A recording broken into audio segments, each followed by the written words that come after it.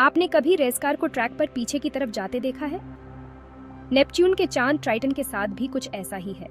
हमारे सौर मंडल में लगभग हर दूसरे बड़े चांद के विपरीत ट्राइटन अपने ग्रह के घूमने की दिशा के विपरीत परिक्रमा करता है।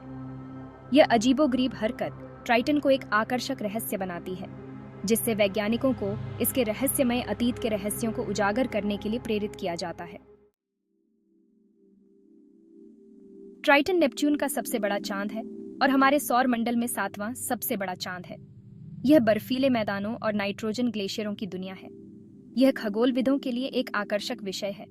इसकी प्रतिगामी कक्षा और सतह की विशेषताएं इसे पेचीदा बनाती हैं। ट्राइटन लगभग 2700 किलोमीटर व्यास का है। इसका वायुमंडल मुख्य रूप से नाइट्रोजन से बना है। यह ट्राइटन को धुंधला रूप देता है। ट्राइटन की सतह का तापमान -390 डिग्री फ़ारेनहाइट है। ट्राइटन के निर्माण के रहस्य ने दशकों से वैज्ञानिकों को हैरान किया है। इसकी प्रतिगामी कक्षा दृढ़ता से बताती है कि यह नेपच्यून के समान क्षेत्र में नहीं बना था। अगर ऐसा होता तो यह अपने ग्रह के घूमने की दिशा में परिक्रमा करता। इससे व्यापक रूप से स्वीकृत सिद्धांत को बल मिला है कि ट्राइटन को वास्तव में बहुत समय पहले नेपच्यून के गुरुत्वाकर्षण द्वारा कब्जा कर लिया गया था। हालांकि इतने बड़े चांद को पकड़ने के तरीके एक जटिल पहेली बने हुए हैं।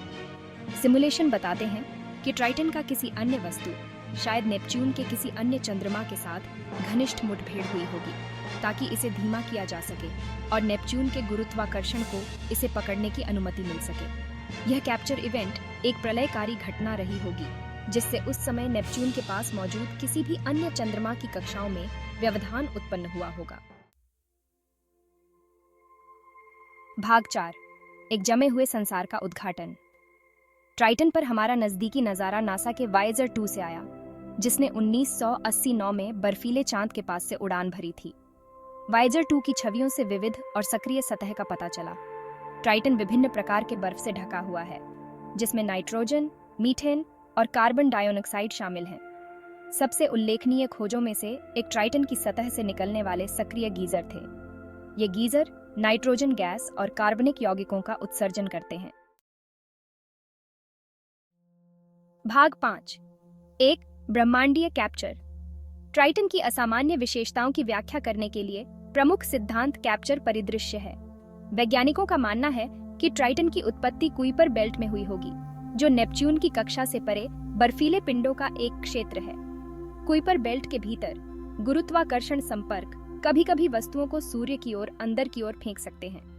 ट्राइटन के मामले में नेपच्यून के गुरुत्वाकर्षण क्षेत्र के साथ घनिष्ठ मुठभेड़ ने इसे धीमा कर दिया होगा, जिससे यह एक चंद्रमा के रूप में कब्जा कर लिया गया होगा। हालांकि यह कैप्चर एक हिंसक घटना रही होगी। संभवतः अपार ज्वारीय बलों का निर्माण हुआ होगा, जिससे ट्राइटन का आंतरिक भाग गर्म हो गया होगा। यह ताप चंद्रमा की भूगर्भीय गतिविधि और एक संभावित उपसतह महासागर की उपस्थिति की व्याख्या कर सकता है। भाग 6, ट्राइटन की कहानी सामने आई। जबकि वायेजर 2 ने ट्राइटन के बारे में बहुमूल्य जानकारी प्रदान की, कई प्रश्न अनुत्तरित हैं। इसके गीजर की उत्पत्ति, इसके संभावित उपसतह महासागर की संरचना और नेपच्यून द्वारा इसके कब्जे का विवरण कुछ ऐसे रहस्य हैं जो वैज्ञानिकों को उत्सुक करते रहते हैं। अधिक उन्नत उपकरणों से लैस ट्राइटन के भविष्य के मिशन इस बर्फीले दुनिया के बारे में और भी रहस्यों का अनावरण कर सकते हैं। ट्राइटन की सतह और वातावरण की संरचना का अधिक विस्तार से विश्लेषण करने से इसकी उत्पत्ति और विकास के बारे में और सुराग मिल सकते हैं। इसके अलावा नेपच्यून के मैग्नेटोस्फीयर के साथ इसकी बातचीत का अध्ययन करने से इस दूर के ग्रह तंत्र की गतिशीलता पर प्रकाश पड़ सकता है।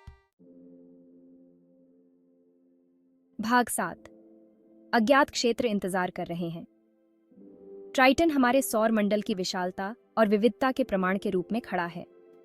इसकी रहस्यमय प्रकृति हमें याद दिलाती है कि दुनिया के बारे में अभी भी बहुत कुछ सीखना बाकी है, जो हमारी अपनी दुनिया से परे है। जैसे जैसे हम ब्रह्मांड का पता लगाना जारी रखेंगे, हम और भी अजीब और अद्भुत वस्तुओं का सामना करने की उम्मीद कर सकते हैं, जो ग्रह निर्माण और विकास की हमारी समझ को चुनौती देती हैं। ट्राइटन की दिलचस्प कहानी पर आपके क्या विचार हैं? अपनी अंतर्दृष्टि साझा करें और हमारे सौर मंडल में मनोरम चंद्रमाओं के बारे में ज्ञान की खोज में शामिल हों।